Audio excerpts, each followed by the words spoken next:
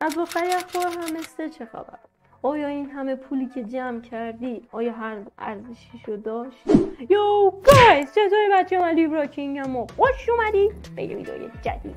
دوستان عزیز، اولین ویدیویی هست که من در مورد همستر میگیرم و بهتون میگم که بس همستر تموم شد و یه چیز جدید اومد. این دفعه الماسه، یه شکل الماسی داره و واقعا من هیچ نظری ندارم چون فصل جدید همستر شروع شده و امیدوارم که فصل جدید خوبی رو در انتظار داشته باشیم.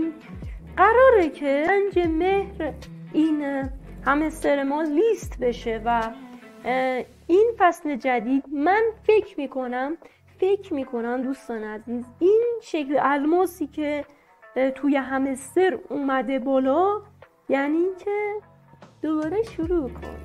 این مهمتره. من اصلا فکر میکنم بچه‌های عزیز این مهمتره چون قراره که توی 5 مهر لیست بشه و ما رو تا 5 مهر میخواد و اینکه واقعا دوستان عزیز در تلاش باشید چون قراره که فشار بخوریم. دوستان عزیز حواستون باشه اون الماس جدیدی هم که اومده و همستر ما دوباره لخ شده بزنید و کیفشو ببرید چون من میگم این خیلی مهمتره، واقعا از حتی قبلی هم مهمتره. اصلا فکر میکنم خیلی ها میگم پروفیت بود که چیز میکرد برای ما، اما به نظر من اصلا این چیزی نیست. اون پول گنده است به نظر من. به نظر شما نظرتون رو توی کامنت ها برای من بنویسید و به همین دیگه بچه‌های عزیز 5 مهر قراره که همستر لیست بشه و 2 روز قبلش مثل نات کوین دیگه نمیتونید جمع کنید. تموم شد. دیگه نمیتونید جمع کنید و تمومه دیگه. نه کارت میتونید بزنید، نه مورس میتونید بزنید، نه هیچی.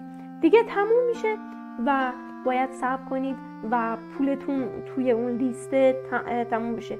لایک، کامنت، دنبال کردن فراموشتون نشه. زنگوله کانال دنبال کردن حتما بزنید. نظراتتون رو توی زیر این ویدیو برای من بنویسید. میخوام مطلع بشم که شما هم همستر میزنید یا نه. آیا واقعا میگم شوکه نشدید از این شکل همستری که عوض شد؟ واقعا من خودم دارم تعجب میکنم. من خیلی هرس خوردم واقعا. دوستان عزیز امیدوارم که از این ویدیو خیلی خیلی خفن خوشتون اومده باشه. نگران نباشید دوستان عزیز، هیچ جا نرفته پولاتون، همه ذخیره شد.